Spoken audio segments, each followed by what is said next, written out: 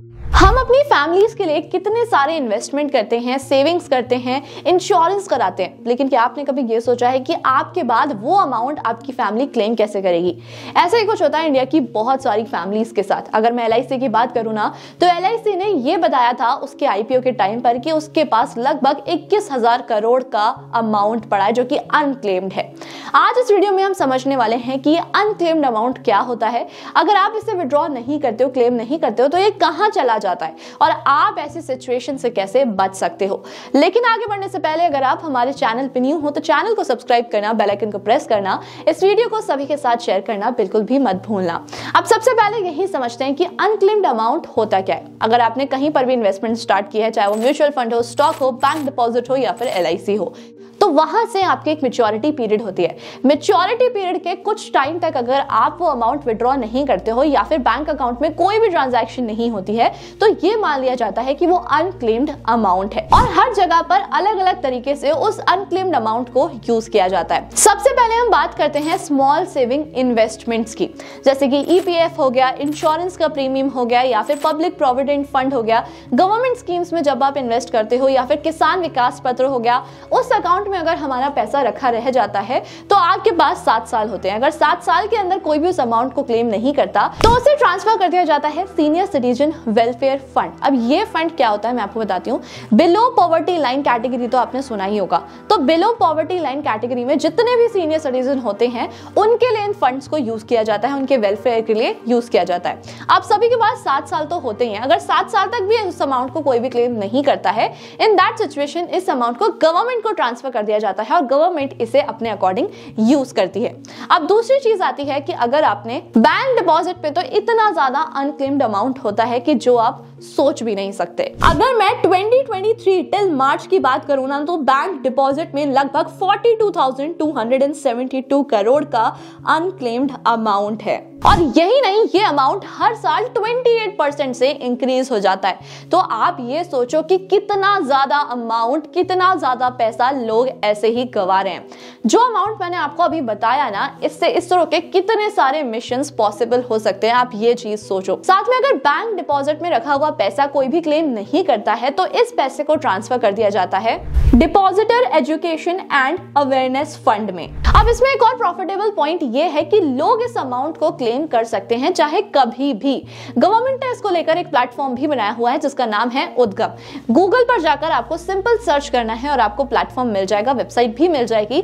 वहां पर जाकर आपको कुछ सिंपल डिटेल्स फिल करनी है और उसके बाद आपका जो अमाउंट है आपको वापस मिल सकता है। अब मैं आपको एक बार उद्गम पोर्टल के बारे में भी बता देती हूँ।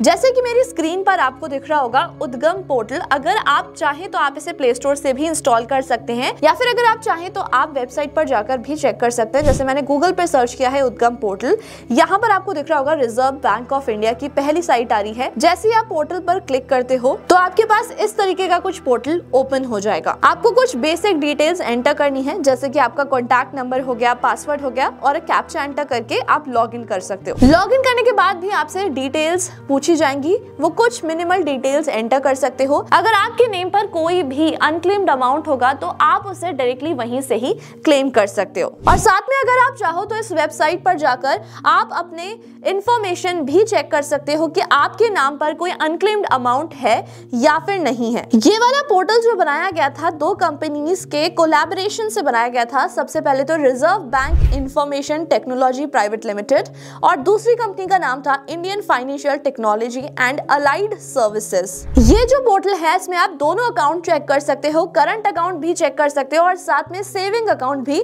चेक कर सकते हो। इसमें पहले की अगर मैं बात करूं तो कम से कम 7 बैंक्स की डिटेल्स इसमें अपलोडेड थी। अब अगर सितंबर 28, 2023 तक की बात की जाए तो 30 बैंक्स की इंफॉर्मेशन इसमें आपको मिल जाएगी। उसके बाद आता है unclaimed stock and unclaimed dividend. अगर किसी भी डीमैट अकाउंट होल्डर के अकाउंट में 5 साल तक कोई भी एक्टिविटी नहीं होती है तो उसे डॉर्मेंट डिक्लेयर कर दिया जाता है। साथ में अगर उस अकाउंट में कोई भी कंपनी डिविडेंड रेस करती है तो वो डिविडेंड वापस चला जाता है कंपनी के पास। वहीं अगर शेयर्स और स्टॉक्स की बात की जाए तो वो ट्रांसफर कर दिए जाते हैं IEPF में। उसके बाद आती है सबसे ज्यादा complicated situation, unclaimed mutual funds. Unclaimed mutual funds में सबसे ट्रिकी सिचुएशन ये होती है कि कभी भी ये कंसीडर किया ही नहीं जाता कि नॉमिनी या फिर अकाउंट होल्डर की डेथ हो गई है।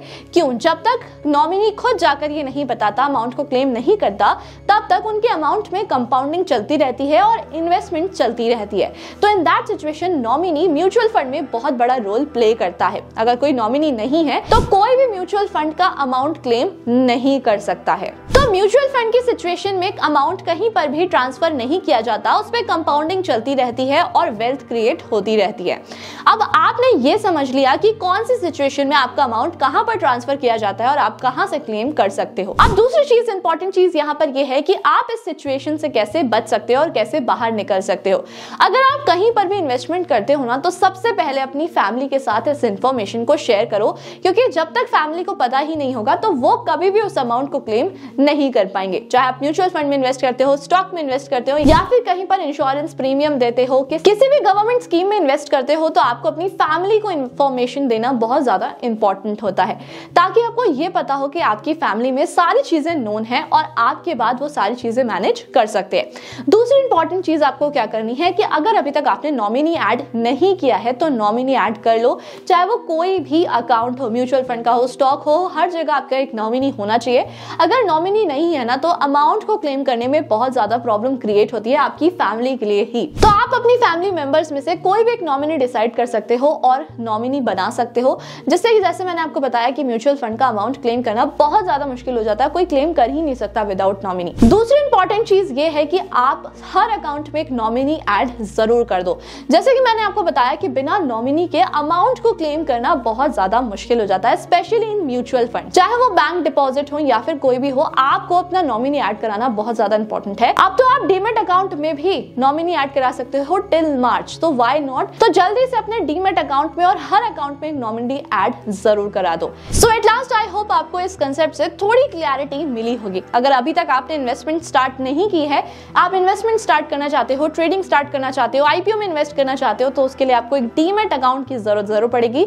लिंक आपको हमारे डिस्क्रिप्शन बॉक्स और पिन कमेंट में मिल जाएगा। फ्री में डीमेट अकाउंट ओपन करा सकते हो और साथ में रेफर एंड अर्न भी कर सकते हो। आज के टाइम पर पैसिव इनकम जनरेट करना ना बहुत ज्यादा इंपॉर्टेंट होता है।